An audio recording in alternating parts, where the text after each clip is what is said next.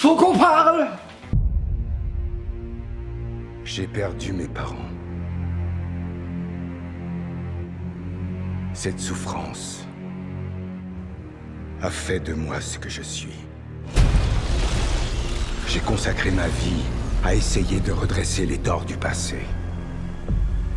Comme si combattre le crime allait ressusciter mes parents. The Flash, sorti en 2023, est réalisé par Andreas Muschietti, à qui on doit le film d'horreur Mama, qui était moyen, et les remakes de ça, que par contre j'ai trouvé bon. Honnêtement, moi pourtant je suis de la génération du Pennywise de Tim Curry, et j'ai trouvé ce Pennywise là extrêmement terrifiant. Donc moi j'ai trouvé ces remakes bien cool. Ezra Miller reprend donc son rôle de Flash, je pense pour la dernière fois. Ben Affleck reprend son rôle de Batman, c'est sûr pour la dernière fois.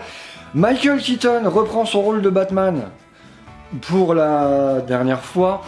Michael Shannon reprend son rôle de Zod. Alors là c'est sûr, c'est pour la dernière fois, vu que même lui il a dit que c'était une connerie.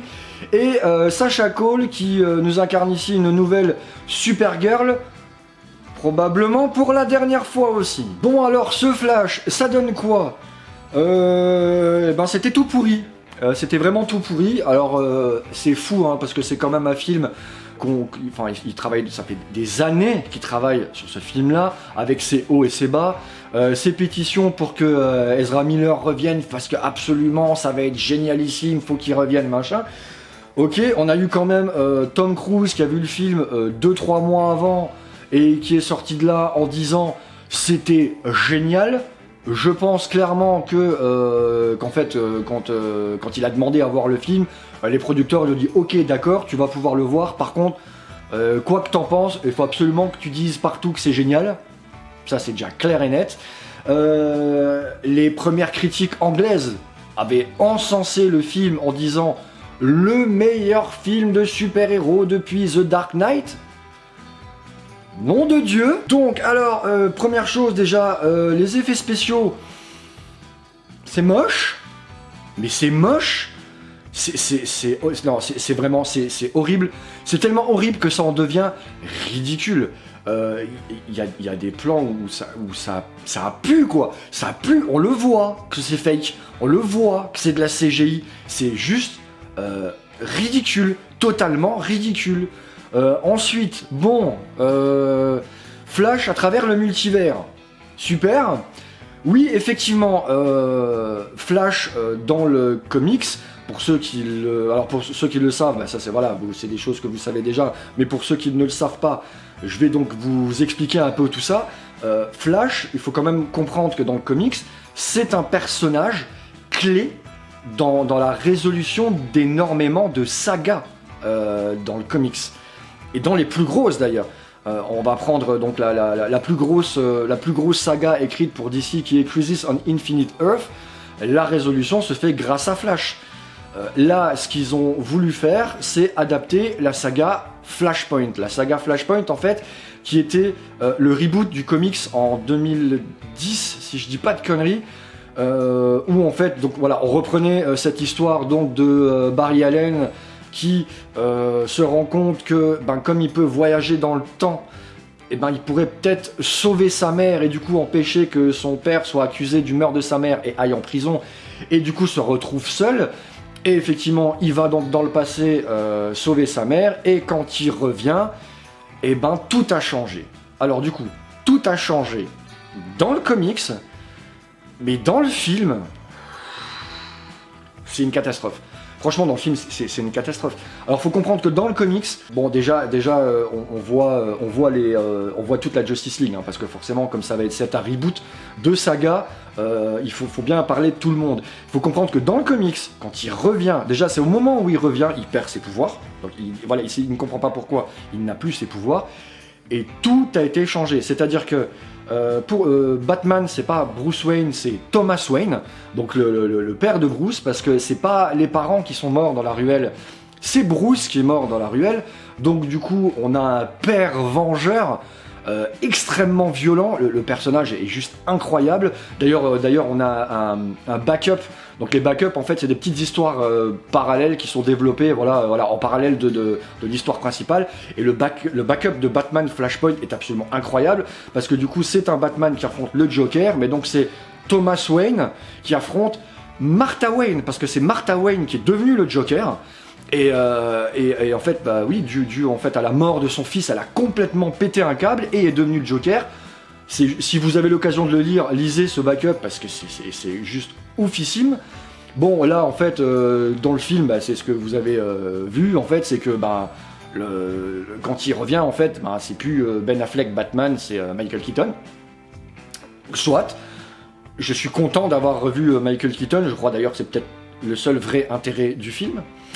Et par rapport aux autres personnages, on a donc dans cette histoire, on a Wonder Woman en fait et Aquaman qui se livrent une guerre sans fin l'un contre l'autre et qui a déjà ravagé quasiment toute l'Europe parce que la moitié de l'Europe est sous l'eau et contrôlée par Aquaman et le reste de l'Europe est contrôlé par Wonder Woman. C'est un carnage total. Là, on n'en est pas du tout là en fait, et je comprends pas ce qu'ils ont voulu faire en fait dans ce film. Pourquoi ne pas vraiment adapter Flashpoint? En plus, vous aviez tous vos acteurs, je comprends pas. Voilà. Bon, alors déjà, c'est moche. Ce Barry Allen alternatif que vous voyez dans le film est juste totalement insupportable. Il est insupportable dans ce film. Vraiment, j'ai envie de le baffer d'un bout à l'autre. D'ailleurs, c'est un peu un truc que je ne comprends pas non plus.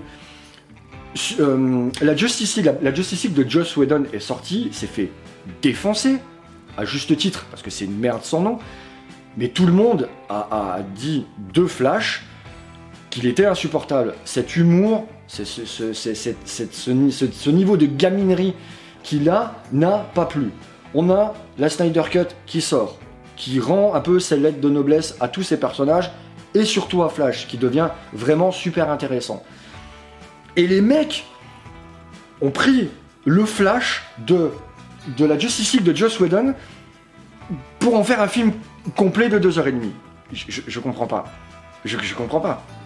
Comment les mecs... Comment à un moment, il n'y a pas un mec qui a pu se dire...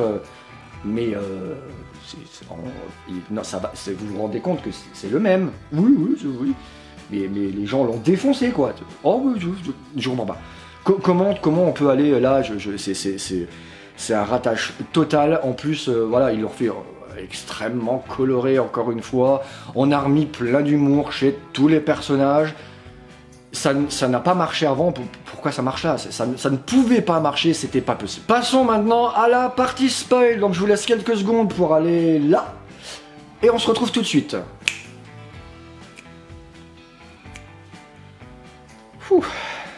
Allez. Go pour la partie spoil. Bon, je sais même pas par où commencer en fait, Bon, déjà cette scène de début où il doit sauver les bébés, voilà, c'est... Bon, déjà c'est moche. Déjà juste là, c'est... Enfin voilà, c'est la première scène qu'on voit dans le film et déjà ça donne pas envie d'aller plus loin, quoi. C'est à ce moment-là du film qu'on sait déjà qu'en termes de CGI sur le film, ça va être dégueulasse. Mais clairement, c'est vraiment horrible. Alors, juste le truc, voilà, sur la tenue qu'il a, que je trouve très bizarre dans le film, en fait, est quand même relativement plus proche de celle du comics que l'espèce d'armure qu'il avait avant. Parce que dans le comics, Flash a vraiment une tenue extrêmement moulante et tout, mais je sais pas, là, je trouve qu'en vrai, ça fait super bizarre, ça fait vraiment super bizarre. Donc, comme je le disais, quand il revient, donc, effectivement, et qu'il se dit, tiens, je vais aller voir Batman... C'est plus Ben Affleck, c'est Michael Keaton qui n'est pas apparemment plus Batman depuis longtemps. Mais là c'est fou aussi parce que j'ai l'impression qu'ils ont mélangé plein d'histoires ensemble. Parce qu'un Batman vieillissant, c'est le Batman de The Dark Knight en fait, de The Dark Knight Returns de Frank Miller qui avait déjà été un peu abordé dans son principe dans Batman v Superman en fait. Et là, du coup, ils l'ont remis, voilà. Voilà, je ne suis plus Batman depuis un certain temps. Il vit dans son manoir. Son manoir, c'est un carnage. Enfin voilà, il est tout seul. Enfin, Alfred est mort. Alfred a été tué. Oui, parce que là je vous parle, le film je l'ai vu il y a 2-3 semaines. À la base j'avais même pas envie de faire une chronique dessus tellement ça m'a saoulé. Mais voilà, ton cahier je vous la fais, comme ça c'est fait. Et du coup il a plus envie d'être Batman, sauf que Barry lui dit qu'en gros il a super besoin de lui parce qu'il pourra pas sortir tout seul, parce que du coup il n'y a pas de Superman, et forcément on revient sur les événements de Man of Steel où le général Zod arrive sur Terre et c'est Superman qui l'empêche de faire un carnage et de terraformer la Terre pour recréer Krypton. Le problème c'est que là il n'y a plus de Superman, donc du coup il a besoin de Batman pour la récupérer. Superman qui du coup dans cet univers alternatif s'avère être Supergirl. Bon, là c'est pareil, alors Supergirl elle est enfermée dans un truc en Russie. Ça c'est un peu comme dans l'histoire originale, dans le Flashpoint, où effectivement Superman n'a pas atterri dans une campagne au Kansas, mais s'est écrasé en plein New York et donc a tout de suite été récupéré par le gouvernement américain et enfermé là depuis des décennies. Donc il est tout maigre, il a aucune force, il a jamais vu le soleil depuis 20 ans, un truc comme ça. C'est à peu près ce qu'ils ont voulu faire là, donc on y est à peu près. Ils ont placé ça en Russie. C'est clairement un micro clin d'œil à la saga Red Son, où c'est Superman n'a pas atterri aux États-Unis mais en Russie, donc du coup Superman est russe. Mais alors vraiment c'est juste pour dire, c'est juste pour le clin d'œil de vous avez vu, on l'a mis en Russie, ça fait Red Son, on s'en bat les steaks. Cette Supergirl, elle est comment dire, insipide. Bon, en même temps, on la voit pas super longtemps, et c'est clair, ils ont clairement pas eu le temps de développer le personnage, mais enfin, bref, sa tenue en CGI est juste horrible. Alors, le choix de l'actrice, j'ai rien contre l'actrice, hein, juste, il y a un truc qui m'insupporte vraiment, c'est quand on veut à ce point changer le look des super-héros adaptés. Voilà, alors déjà, Ezra Miller, c'est pas Barry Allen. Barry Allen est un blond aux yeux bleus. Voilà, rien à voir. Et ils nous refont le même coup avec Supergirl, quoi. Voilà, Supergirl est une blonde avec des longs cheveux. On nous met une nana avec des cheveux noirs. Je dirais typée peut-être un peu mexicaine, avec ses cheveux courts et... c'est pas Supergirl, voilà, c'est pas Supergirl, faut arrêter de déconner, c'est pas Supergirl. Donc ce Barry Allen alternatif qui est absolument insupportable, tout le film, en fait, n'a son utilité réelle qu'à la fin. Alors non, je pense qu'ils se sont aussi servis de lui pour avoir la phase où le Barry original n'a plus ses pouvoirs, vu qu'il perd ses pouvoirs en essayant de donner les pouvoirs à l'autre Barry Allen. Lui, ça lui fait perdre les siens. C'était naze et ultra prévisible. Enfin voilà, c'est ça. Lui faire perdre ses pouvoirs comme ça, c'était n'importe quoi. Ça avait plus de sens, comme dans le comics, de le faire revenir et qu'il ait plus ses pouvoirs parce que certains événements ne se sont pas produits. Ça restait cohérent et logique. Là, le coup de... on recrée les mêmes événements qui l'ont fait devenir Flash, et du coup, l'autre il veut se barrer, je me mets devant, l'éclair il me traverse, et du coup lui il a les pouvoirs, mais moi je perds les miens. C'était naze, c'était naze.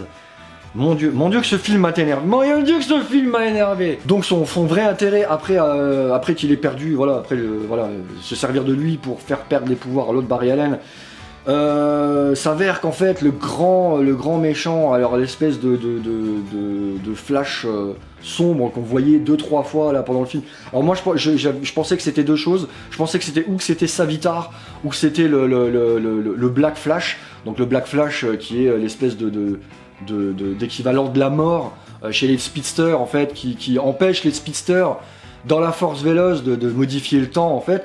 Non, finalement c'était pas ça, c'était juste ce Flash là, donc ce Barry Allen alternatif qui veut absolument sauver tout le monde, alors que c'est l'explication de ces moments clés de la temporalité qui ne peuvent pas être modifiés quoi qu'il arrive, et il essaye tellement que ça le rend fou et que voilà. C'était bof.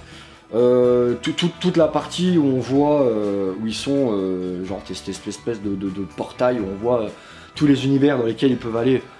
c'était un peu ridicule aussi. Et alors, tous ces caméos finaux, est-ce que c'était intéressant? Alors, c'est du pur fanservice, quoi. Mais c'était marrant d'aller rechercher, de ressusciter ce bon vieux Christopher Reeves et je ne sais plus comment s'appelle l'actrice qui jouait Supergirl à l'époque. Mais du coup, voilà, de les avoir là, d'avoir le Superman de Nicolas Cage, voilà, qui aurait dû être le film de Tim Burton, mais qui n'a jamais vu le jour, qui aurait pu pourtant être super intéressant. Ouais, voilà, on est... Si, le truc qui m'a vraiment fait rire, c'est que après avoir, du coup, être retourné dans le passé pour finalement laisser mourir sa mère, et quand il revient et que Bruce Wayne arrive et que c'est le Bruce Wayne de George Clooney, ça par contre, ça m'a fait exploser de rire. Mais est-ce que ce film a ta grand intérêt? Bon, allez, fin de la partie spoil. Donc, pour conclure, le DCU initié par Zack Snyder est mort, hein. Je pense que là, on va tous être d'accord là-dessus. C'est l'avant-dernier clou dans le cercueil. Je ne sais pas du tout ce que va donner Aquaman. Parce que j'ai beaucoup aimé le premier. Honnêtement, j'ai beaucoup aimé Aquaman. J'ai adoré le fait que personne n'attendait ce personnage et qu'au final, c'est à ce moment-là un des meilleurs films qui a marché. Ouais, parce que c'est le film où on a laissé un peu le réal faire un peu ce qu'il voulait. Ça aussi, grosse connerie de Warner. Bref, j'attends aussi Blue Beetle. On va voir ce que Blue Beetle va donner. Est-ce qu'ils vont... parce que là, pour l'instant, Blue Beetle ferait partie de l'univers de James Gunn. J'ai gros espoir pour James Gunn. Mais bon, on va voir ça. Et puis, on se revoit pour la suite. Bon, bah, je vous laisse. Hein. Ciao!